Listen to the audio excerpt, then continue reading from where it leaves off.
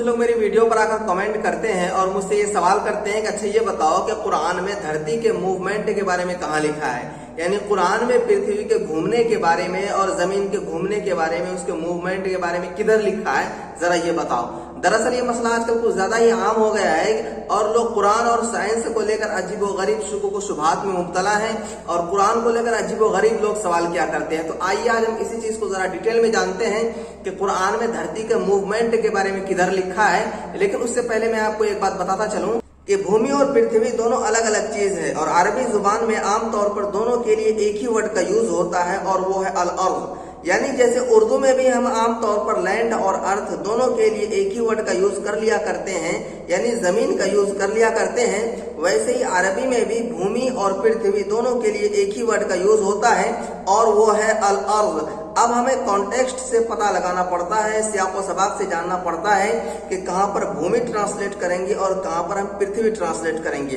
अब इसी का फायदा कुछ अंधभक्त उठाते हैं और कुछ नफरत फैलाने वाले लोग उठाते हैं कि भूमि की जगह पर पृथ्वी को ट्रांसलेट कर देते हैं और पृथ्वी की जगह पर भूमि ट्रांसलेट कर देते हैं। वो लोग आगे पीछे कॉन्टेक्स्ट को नहीं देखते हैं और सियाक व सबाक को नहीं देखते हैं और इस तरीके से लोग गुमराह करने की कोशिश करते हैं और बहुत से लोग गुमराह भी हो जाते हैं। फिर नतीजा ये होता है कि ऐसे सवाल जन्म लेते हैं और ऐसे सवालात पैदा होते हैं जो नहीं होना चाहिए था। उन्हीं सवालों में से एक सवाल ये है, जो इस साहब ने भी कमेंट में ये सवाल पूछा है कि कुरान के अंदर जमीन के मूवमेंट के बारे में, पृथ्वी के घूमने के बारे में किधर लिखा है। दरअसल रियलिटी ये है कि ये लोग ये चाहते हैं कि हमें साइंस के बारे में एक एक चैप्टर कुरान में मिल जाए, साइंस के बारे में एक एक पॉइंट हमें कुरान में मिल जाए। मेरे भाई ऐसा नहीं हो सकता। क्यों? इसलिए कि कुरान कोई साइंस की किताब नहीं है, ये एक धार्मिक पुस्तक है, ये हिदायत की किताब है, साइंस की किताब नहीं है जो आपको एक एक चैप्टर कुरान में मिल जाए और आप सिर्फ कुरान को पढ़कर ही साइंटिस्ट बन जाए। ऐसा नहीं हो सकता, बल्कि कुरान में हमें कुछ इशारे मिलते हैं। अल्लाह ने प्लैनेट्स की तरफ और दूसरे सैयारों की तरफ, इस यूनिवर्स की तरफ अल्लाह ने हमें इशारे किए हैं और उनके बारे में कुछ इशारों में अल्लाह हमें बताना चाह रहे हैं। तो उन इशारों को अपने रिसर्च के जरिए से और आगे पीछे के कॉन्टेक्स्ट के जरिए से हमें समझना होता है कि आखिर अल्लाह इन इशारों में कहना क्या चाह रहे हैं। ठीक है, एग्जाम्पल के तौर पर आप एक आयत को समझें। सूरह यासीन आयत नंबर 40 में अल्लाह तबारक व तआला ने फरमाया कि चांद और सूरज का जिक्र फरमाया और उसके मूवमेंट के बारे में बताया और फिर उसी आयत में लास्ट में फरमाया कि कुल्लुन फी फलकिन यस्बहून, ये सारी की सारी चीजें आसमान में गर्दिश कर रही हैं, सारी की सारी चीजें आसमान में तैर रही हैं। यानी अल्लाह ने ये बताया कि जितने प्लैनेट्स हैं और जितने भी सैयारे हैं आसमान ये खलाओं में, ये एक जगह रुकी नहीं है, बल्कि सारी की सारी चीजें हरकत में है, सारी की सारी चीजें हरकत कर रही हैं। अल्लाह तबारक व तआला ने ये फरमाया। अच्छा, यहाँ पर जो एक वर्ड का यूज किया वो कुल का वर्ड यूज किया, यानी कुल्लुन फी फलकिन, कुल का वर्ड यूज किया अल्लाह ने।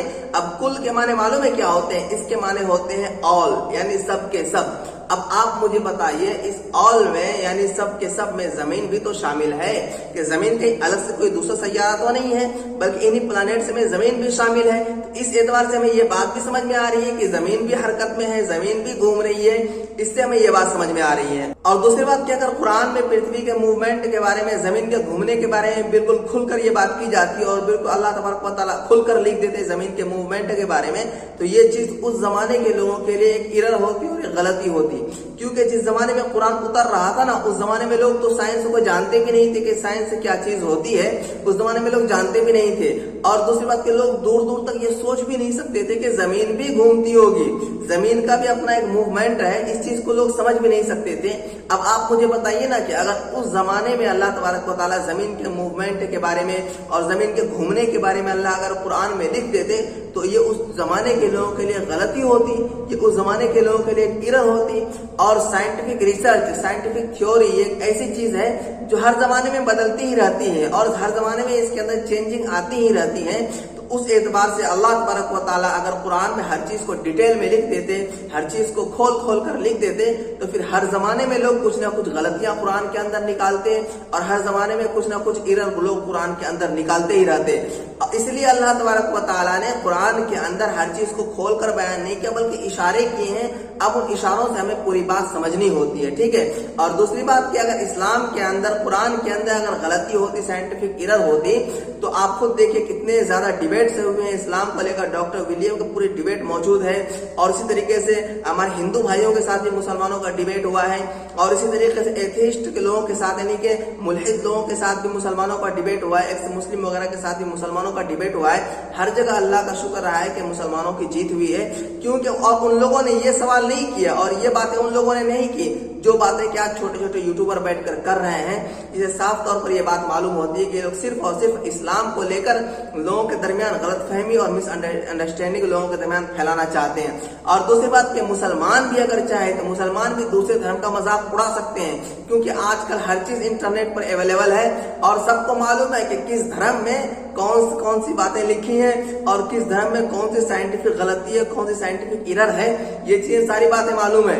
और गीता और इसी तरीके से बाइबल और दूसरी धार्मिक किताबें हैं, कहाँ पर कौन कौन सी गलती है, सबको ये बातें मालूम है। लेकिन मुसलमान ये काम नहीं करते और ना ही करेंगे, अल्लाह का शुक्र है। ठीक है, तो ये सब चीजें नफरतें फैलाने वाली हैं, इन सब चीजों से हम सबको बचना चाहिए, यही हम सबके लिए बेहतर है। दोस्तों आप मुझे बताइए कि आप इस टॉपिक पर क्या सोचते हैं। अगर ये वीडियो आपको अच्छी लगी हो, जानकारी से भरपूर लगी हो, तो चैनल को सब्सक्राइब जरूर कर लें, इस वीडियो को ज्यादा से ज्यादा लोगों तक शेयर करें। मिलते हैं फिर एक वीडियो के साथ एक नई जानकारी के साथ, तब तक के लिए अस्सलाम वालेकुम व रहमतुल्लाह।